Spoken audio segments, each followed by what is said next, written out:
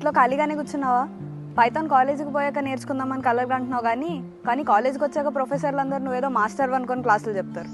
Algorithms అంటారు, loops అంటారు, debugging అంటారు. పోనీ గిట్హబ్ ఓపెన్ చేసి ప్రాజెక్ట్స్ చేద్దామంటే ఎర్రర్స్ ఫిక్స్ చేయడం కూడా మనకి చేత కాదు.